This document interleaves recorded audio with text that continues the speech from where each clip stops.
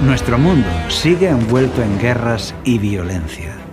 El Estado de Israel planea expansionarse para formar un país gigante llamado el Gran Israel, que ocuparía desde el río Nilo hasta el río Éufrates, para cumplir así la promesa que hizo Yahvé a Abraham en la Torá. ¿Por qué tantos cristianos apoyan el Estado de Israel? Para entender esta guerra, hay algunos datos que debemos conocer. Continúa la guerra y la devastación que ya afecta a varios países implicados. Cuando miramos la hemeroteca, encontramos datos reveladores. Irán sí firmó el Tratado de No Proliferación de Armas Nucleares cuando en aquel tiempo Israel se negó a firmarlo. Durante años, Irán sí ha recibido muchas inspecciones de la Agencia Internacional de Energía Nuclear, mientras que Israel siempre se ha negado a someterse y no permitió inspecciones. Por otro lado, Israel tiene entre 75 y 200 bombas nucleares. Irán no tiene ninguna. Esto significa que Israel es una amenaza existencial para Irán. Puede borrarlo del mapa y no al revés. De hecho, el armamento nuclear de Israel puede arrasar todas las capitales de sus países enemigos en unos minutos. Dime, ¿quién es la amenaza? ¿Irán? Dime, ¿quién tiene armas de destrucción masiva? ¿Irán o Israel? Así es, las autoridades internacionales estiman que Israel tiene 90 ojivas nucleares operativas, listas para ser lanzadas hoy mismo desde aviones o desde submarinos. Podrían borrar del mapa 90 grandes ciudades. La política nuclear de Israel ha sido siempre opaca, más opaca que la de Irán. Es decir, no reconocen la posesión de esas armas, de ese arsenal nuclear, pero tampoco lo niegan. El Organismo Internacional de Energía Atómica ha estado vigilando a Irán, valorando su proceso de enriquecimiento de uranio que le permitiría construir la bomba atómica. Irán ha ido progresando, 70, 80, hasta llegar al 90% del proceso, y al llegar a ese punto se considera que en cualquier momento podrían completarlo y construir sus propias armas nucleares. Además, Irán ya no permite el paso a los inspectores nucleares. Todo esto ha disparado las alarmas de Israel y de Estados Unidos, y la tensión ha subido hasta estallar. Pero para entender esta guerra y sus motivos, hay algunas cosas que tú necesitas saber. ¿Estás preparado? Comenzamos.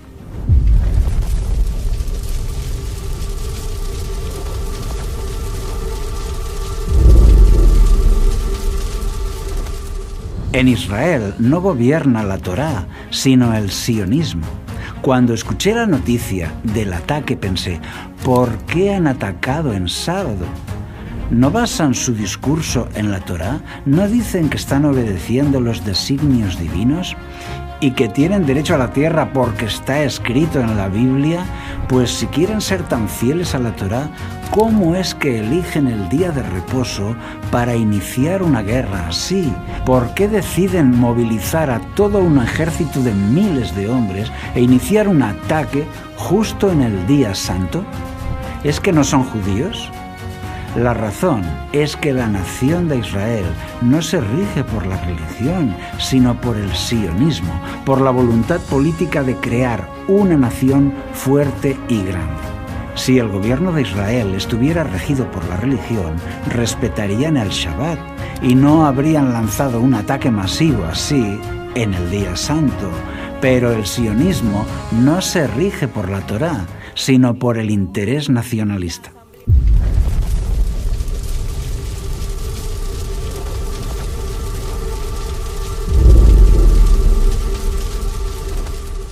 Los sionistas, actualmente en el poder, tienen el proyecto de crear una nación gigante llamada el Gran Israel. Es el sueño de políticos y religiosos judíos basados en la promesa de Yahvé a Abraham. Los sionistas desean multiplicar su territorio. El Gran Israel abarca desde el río Nilo hasta el río Éufrates, es decir, que comprende zonas que hoy son de 8 países diferentes que rodean a Israel. Toda Palestina, toda Jordania, Líbano, toda Siria y partes de Irak, Egipto, Turquía y Arabia Saudita. Los políticos israelíes evitan decirlo en público para no escandalizar, pero en sus círculos sí lo afirman. Es una antigua aspiración del sionismo.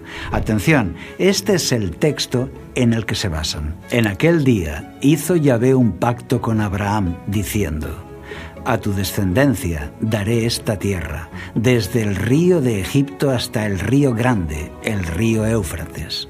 Este es el texto fundacional para el objetivo sionista llamado el Gran Israel. Esto no es negociable para ellos. Israel planea seguir creciendo, devorando el territorio de sus vecinos hasta conseguirlo. Así que, amigo, si te has escandalizado con el genocidio de Gaza, que sepas que esto no ha hecho más que empezar. ¿Entiendes ahora por qué Irán quiere tener armas nucleares? Bien, vamos aprendiendo más cosas sobre el contexto de esta guerra. Sigamos.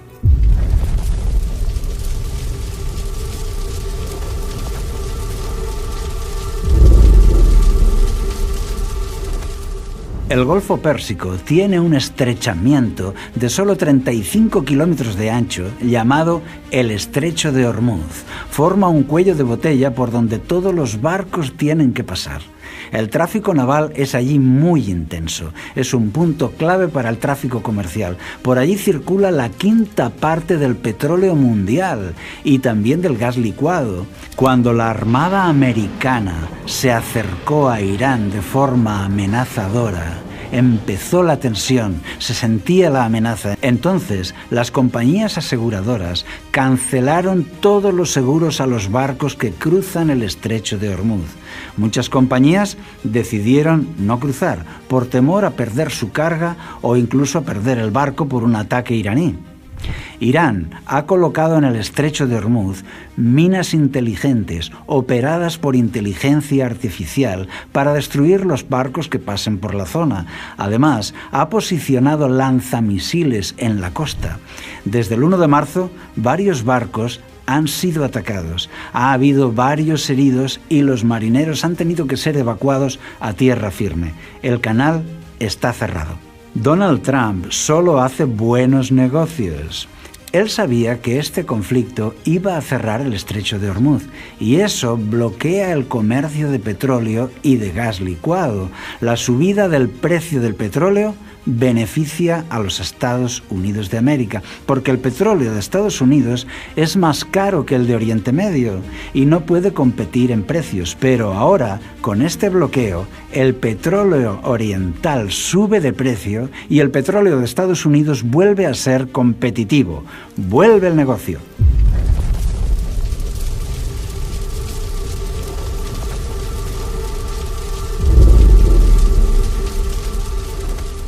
Resulta que de todo este petróleo que circula por el Estrecho de Ormuz, casi la mitad va a parar a China. Y si China no recibe ese petróleo de Irán, su crecimiento económico se va a frenar. Lo que hizo Trump con Venezuela, quiere hacerlo ahora con Irán. Sustituir al líder en el gobierno, pactar con un nuevo gobierno y hacerse con el petróleo y el gas. Según esto, el objetivo final no es Irán, sino China, frenar a China por falta de recursos. Y tú dirás, ¿pero esto es así de sencillo? Pues según los expertos internacionales, sí. Porque controlaría ese petróleo barato de Irán y se lo estaría quitando a China, y eso le daría a Estados Unidos el poder de dañar el crecimiento de China.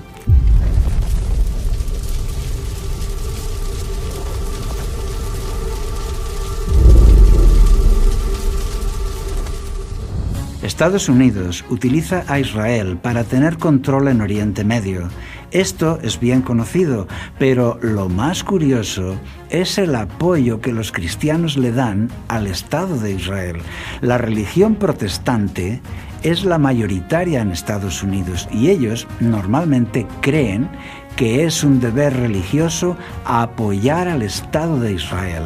Creen que todas las promesas hechas a Israel en el Antiguo Testamento siguen vigentes hoy y se van a cumplir ahora en la nación actual de Israel. Son capaces de decir que están abolidos los 10 mandamientos y que está abolido el sábado, pero que no están abolidas las promesas a la nación de Israel. Muchos cristianos creen que para que Cristo traiga su reino, primero el templo de Jerusalén debe estar funcionando plenamente, realizando los sacrificios ordenados en la Torá. Por tanto, creen que hay que apoyar al Estado de Israel para que cumpla su designio divino. Jesús habló del tercer templo. Pregunta importante, ¿nos habló Jesús del tercer templo? La respuesta es sí. De hecho, Jesús nos dio la verdadera interpretación de todos esos textos sobre el templo. Veamos, 3 ideas clave que no podemos olvidar. Primera, Jesús dice que el nuevo templo será Él mismo, su cuerpo. Respondió Jesús y les dijo, «Destruid este templo y en 3 días lo levantaré». Dijeron luego los judíos, «En 46 años fue edificado este templo, ¿y tú en 3 días lo levantarás?»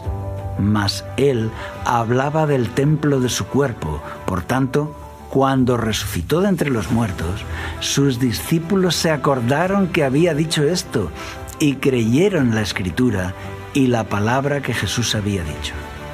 Atención, nos dice que es Jesús quien va a reedificar ese templo y que el templo es Él, su cuerpo. Por tanto, el templo físico no es importante.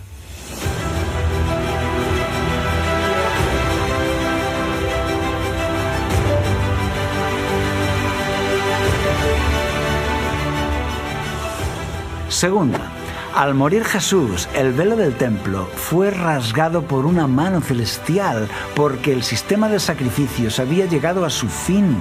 El Cordero de Dios ya fue sacrificado en la cruz. Ahora los sacrificios del templo ya se habían cumplido en él. Jesús, habiendo otra vez clamado a gran voz, entregó el Espíritu. Y he aquí, el velo del templo se rasgó en 2 de arriba a abajo. Ese velo roto de arriba a abajo nos muestra un templo ya anulado, descalificado. Durante siglos, los sacrificios de corderos servían para esperar al verdadero cordero, al verdadero sacrificio. Ahora, el sacrificio de Jesús en la cruz ya había pagado el precio de nuestro perdón. Por tanto, el templo físico no es importante. Tercera, el nuevo pacto en su sangre había comenzado. En el nuevo pacto, la sangre que paga por nuestros pecados no es la sangre de animales, sino la sangre de Jesús. Después de haber cenado, tomó la copa diciendo, «Esta copa es el nuevo pacto en mi sangre, que por vosotros se derrama». La sangre que nos salva es la sangre de la cruz, no la sangre de los sacrificios. Ya no importan ahora los sacrificios de animales que prefiguraban la llegada del Salvador. Por tanto, el templo físico no es importante. Por eso Jesús se lo dijo a los judíos, se los dijo muy claro. Pues os digo que uno mayor que el templo está aquí. Ahora, todo lo relativo al templo físico ya quedó cumplido, completado, consumado.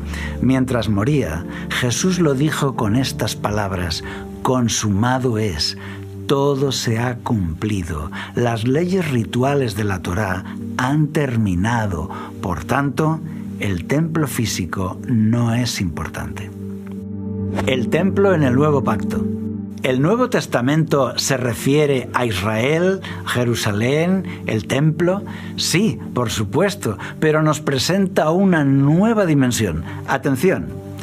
Y si vosotros sois de Cristo, entonces sois descendencia de Abraham y herederos según la promesa. Ahora, todos los creyentes son la descendencia de Abraham, son el Israel de Dios. porque por un solo espíritu fuimos todos bautizados para formar un solo cuerpo, sean judíos o griegos. No hay un destino para Israel y otro para los gentiles, porque dice que ya son un solo cuerpo, porque Él es nuestra paz, que de ambos pueblos hizo uno, derribando la pared intermedia de separación, para crear en sí mismo de los dos un solo y nuevo hombre. Por supuesto que hay muchas promesas y profecías en la Biblia que señalan a Israel, que se cumplirán en el Israel del nuevo pacto, la Iglesia de Cristo. Lo mismo pasa con la palabra Jerusalén. Hay muchas profecías donde Jerusalén es mencionado, pero es la Jerusalén del nuevo pacto, la Jerusalén de arriba, es la nueva Jerusalén en el reino de Dios, que gobernará el mundo en ese reino eterno de gloria. No es la Jerusalén física de hoy. El Apocalipsis lo deja muy claro. Vi un cielo nuevo y una tierra nueva, porque el primer cielo y la primera tierra pasaron, y yo, Juan, vi la santa ciudad, la nueva Jerusalén, descender del cielo de Dios, dispuesta como una esposa ataviada para su marido. De modo que en el nuevo pacto la palabra Israel describe a todos los que están en Cristo, y la palabra Jerusalén describe a la ciudad de los santos en la gloria, la nueva Jerusalén. El Antiguo Testamento nos da los símbolos y el Nuevo Testamento nos da el cumplimiento. Un santuario en el cielo. Si hubo alguien que nos pudiera explicar bien este asunto, ese sería Pablo, porque él era un escriba erudito de la élite intelectual del Templo de Jerusalén, pero descubrió el cristianismo y se convirtió en teólogo cristiano, de manera que Pablo conoce muy bien la Torá y el Templo y también el mensaje cristiano. Y tenemos la suerte de tener la carta de Pablo a los hebreos. En aquellos años, miles y miles de judíos se hicieron cristianos. Incluso sacerdotes, escribas, fariseos aceptaron a Cristo. Ahora, Pablo les escribe para animarles en medio de una gran persecución. Les dice que este templo judío que les está persiguiendo es solo figura y sombra del verdadero. Ahora les explica que el verdadero templo está en el cielo, donde Jesús ofrece su propia sangre para expiar. Pablo enseñó que ahora nuestro sumo sacerdote es Cristo, quien intercede por nosotros ante Dios en el templo del cielo. Pero estando ya presente Cristo, sumo sacerdote de los bienes venideros, por el más amplio y más perfecto tabernáculo, no hecho de manos, es decir, no de esta creación. Hoy, Pablo sigue hablando desde la Biblia y nos dice que nuestro foco no debe estar en el templo físico, sino en el templo verdadero, el del cielo. Ahora bien, el punto principal de lo que venimos diciendo es que tenemos tal sumo sacerdote, el cual se sentó a la diestra del trono de la majestad de los cielos y es ministro del santuario, de aquel verdadero tabernáculo que levantó el Señor y no el hombre.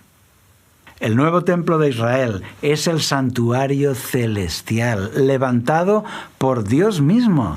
Ahora nuestros ojos deben mirar a ese verdadero templo donde Cristo consigue nuestro perdón. Por tanto, el templo físico no es importante. Si el santuario celestial es algo nuevo para ti, puedes ver nuestro programa sobre esto, titulado Una profecía en 3D, el santuario, donde verás esta enseñanza sólidamente bíblica. Te dejo el enlace en la descripción del vídeo. Es cierto que hay muchos textos bíblicos profetizando sobre Israel, sobre Jerusalén y sobre el templo. Lo sé, Pero en el nuevo pacto, estas tres palabras toman una dimensión diferente, más amplia y eterna. La conclusión es que si tú eres un cristiano sincero, tú eres del Israel de Dios. Cuando Cristo restaure su reino, tú vivirás en la nueva Jerusalén, ciudad eterna y llena de gloria. Pero no necesitas ir ahora a la Jerusalén actual. No necesitas construir un templo físico. Lo que necesitas es poner tus ojos en el santuario celestial, donde Cristo está perdonando tus pecados. Por eso, la idea de un tercer templo físico no existe en el Nuevo Testamento, no la encontramos. Cuando lees lo que escribieron los discípulos, verás que no hay interés por el templo de Jerusalén. En el Nuevo Testamento no se derraman lágrimas por la destrucción del templo. No encontramos ningún anhelo de reconstruir el templo físico en los primeros cristianos. Entonces, ¿se va a levantar el tercer templo de Israel en nuestros días?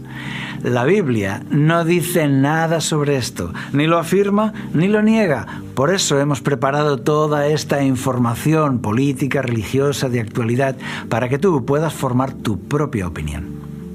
Dispensacionalismo. ¿Qué es esto de dispensacionalista?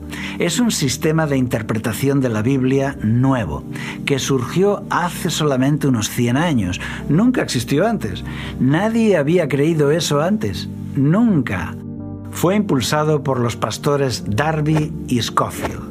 El dispensacionalismo fue condenado como apostasía por las iglesias de su tiempo, pero más adelante se publicó una Biblia Reina Valera 60 en español con las notas de Scofield incluidas, y muchos creyeron más en aquellas notas que lo que decía la propia Biblia. Se hizo muy popular, sobre todo por las series y películas como Left Behind, Dejado Atrás, que escenifica el rapto de los elegidos. Desde entonces muchos la llaman la interpretación dispensacionalista sensacionalista por su éxito en las películas y sus enseñanzas excitantes. Para ellos, Dios tiene dos pueblos y dos planes diferentes, uno para los israelitas y otro para los gentiles. También crearon la doctrina del rapto de la iglesia y del tercer templo en Jerusalén. Todo muy emocionante. No me lo creo. Construir sobre la roca. Hoy vemos que muchos quieren construir un tercer templo de Israel sobre la roca del monte Moriah. Pero Jesús nos enseñó a construir sobre otra roca. Por tanto, cualquiera que oye estas palabras mías y las pone en práctica, será semejante a un hombre sabio que edificó su casa sobre la roca. Y cayó la lluvia, y vinieron los torrentes, y soplaron los vientos y azotaron aquella casa, pero no se cayó, porque había sido fundada sobre la roca.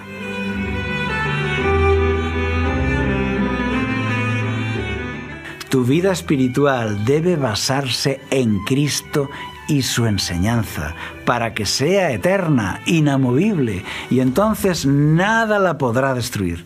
Escucha a Jesús. Él es la piedra de fundamento, Él es la roca sobre la que debemos de construir. No permitas que nada te distraiga de eso. Ahora tú puedes descubrir los mensajes de la Biblia desde cero con nuestra serie Los símbolos proféticos, para descubrir paso a paso las verdaderas enseñanzas de Jesús. Te dejo el enlace abajo en la descripción. ¿Te gustó este contenido? Puedes apoyarlo suscribiéndote al canal y aún más uniéndote al canal para hacer un aporte económico. Seguiremos en contacto para comentar la actualidad contigo. Recibe un abrazo de todo el equipo de Logos TV y que Dios te acompañe siempre.